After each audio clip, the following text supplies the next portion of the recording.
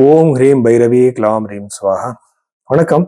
இன்னைக்கு ராசி பலம் பார்க்கறதுக்கு முன்னாடி பாருங்க, நிறைய பேர் ஒரே ராசியில பிறந்திருப்பாங்க, ஒரே டேட்ல பிறந்திருப்பாங்க.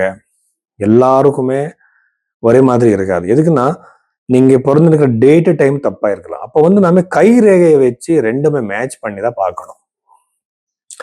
இப்போ உங்களுக்கு கஜகேசரி யோகம் இருக்குன்னு பாருங்க. அதுக்கப்புறம் மாளவி யோகம் இருக்கலாம், பத்ர யோகம் இருக்கலாம். அது கையில ரிஃப்ளெக்ட் ஆகிருக்கா?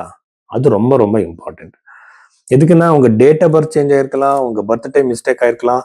ஆனா கை ரேகை மிஸ்டேக் ஆகுது. அது பாக்குறதுக்கு நாடி ஜோதிடம் இருக்கு, வெஸ்டர்ன் பாமிஸ்ட்ரி இருக்கு, இந்தியன் பாமிஸ்ட்ரி இருக்கு, சைனீஸ் பாமிஸ்ட்ரி இருக்கு. எல்லாமே என்கிட்ட ஒரு மோர் தென் 10,000 ஹேண்ட்ஸ் போட்டோஸ் இருக்கு. ஸோ நான் இந்த ஜாதகம் கைரேகை ரெண்டுமே நான் ரிசர்ச் பண்ணிட்டு இருக்கேன் இப்போ.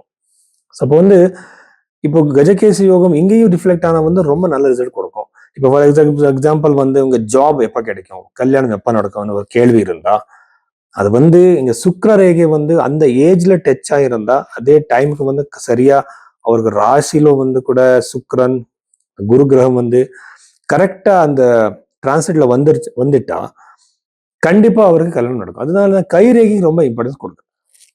மேட்ச் மேக்கிங் கூட இப்ப மேரேஜ் மேட்ச் பார்க்கும்போது கூட நான் கை ரேகைக்கு ரொம்ப இம்பார்ட்டன்ஸ் கொடுக்குறேன்.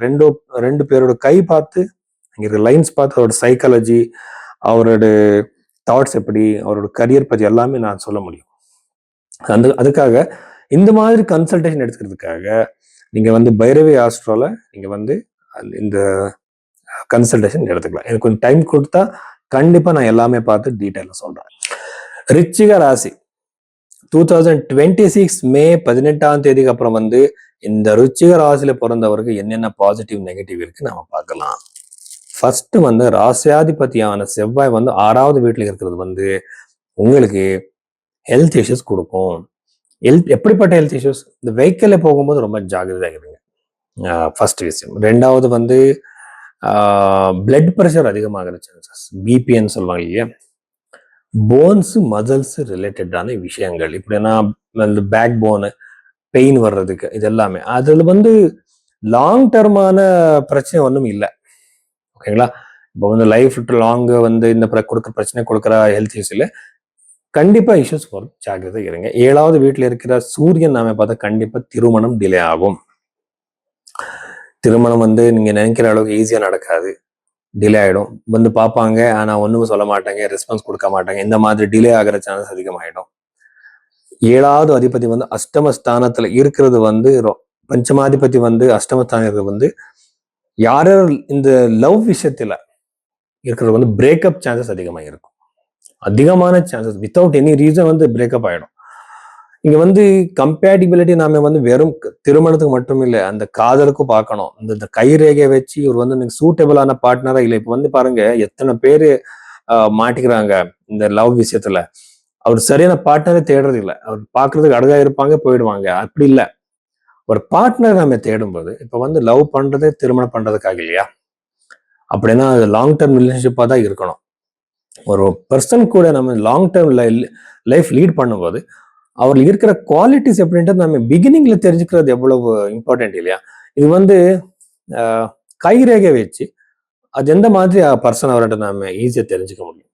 ஸோ அப்படி நீங்க பைரவி ஆஸ்ட்ரல் எடுத்துக்கலாம். கைரேகை பாருங்க, இது அக்கால்ட் சயின்ஸ் கூட ஆயிருக்கு. அட் த சேம் டைம் இது ரொம்ப சயின்டிபிக் ஆயிருக்கு.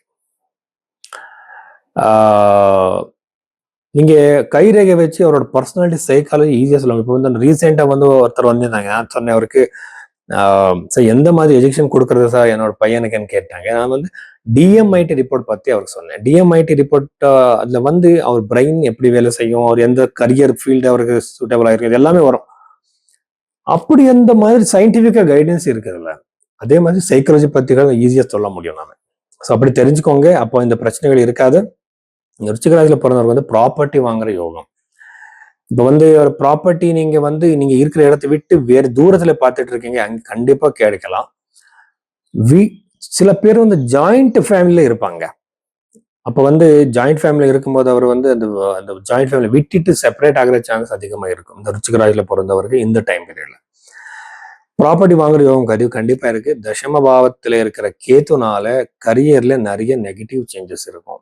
நீங்க வந்து இத்தனை நீங்க தப்பே பண்ணல, ஏதோ ஒரு உங்க மேல அந்த அக்யூசேஷன் வந்துடும். ஓகேங்களா? இந்த மாதிரிலாம் சான்சஸ் இருக்கு.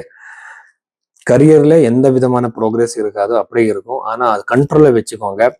கைரேகை பாருங்க, அதுல வந்து தசம பாவத்தை எப்படி இன்ஃப்ளூயன்ஸ் பண்ணுதுன்னு பாருங்க.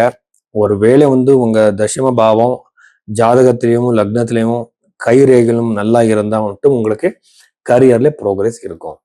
இல்லைன்னா இருக்காது. அதை ஒத்துக்கோங்க. அந்த கேது தசம பாவத்தில் இருக்கும்போது அந்த ப்ரோக்ரஸ் இருக்காது. ஸோ தைரியமா இருங்க. அனுமான் காரியசித்தி மந்திரத்தை சொல்லுங்க. இவ்வளவு விஷயங்கள் வந்து ருச்சிக ராசியில பிறந்தவருக்கு.